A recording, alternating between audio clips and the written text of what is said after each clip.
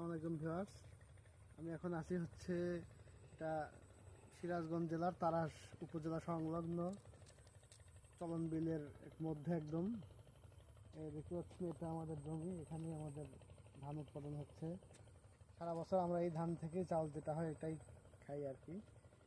তো আজকে দেখতে আসছি ধানটা কেমন হয়েছে, খুব ভালো লাগতেছে দেখে। ধানটা মোটামুটি সুন্দরই হয়েছে। আর মাসখানেক পর বা 1 মাস 10 দিন পরই হয়তো এটা কাটার উপযোগী হবে, হয়তো হারভেস্ট করা হবে আর কি। তো যাই হোক, এটা দেখতে পাচ্ছেন পুরো এটা এখানে পুরো বিলটাই পুরো ধানে ভরা। এখানে আসলে পুরো চলন বিল অঞ্চলের মানুষরা এখানে ধান আবাদ করে। এখানে আর কি প্রধান কৃষি আর কি এটাই, ধান চাষ এবং রসুন। তো এটা এই করেই আর কি মানুষ জীবিকা নির্ভর করে এখানে।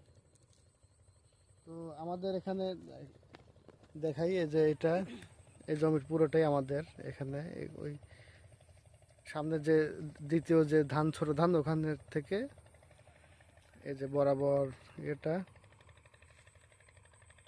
এই যে ভুট্টার আগ পর্যন্ত পুরোটাই আমাদের জমি। তো এখানে আর কি ধান আবাদ হচ্ছে আমাদের।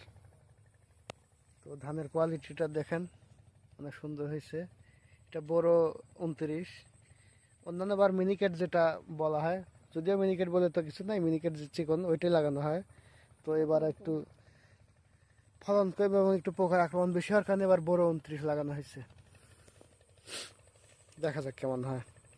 আর সাথে যে আমার মা আসছে, আর আমার যে ভাতিজা ছেলে, এই সাজিদ, সাজিদ কেমন কেমন লাগতেছে ধান দেখে?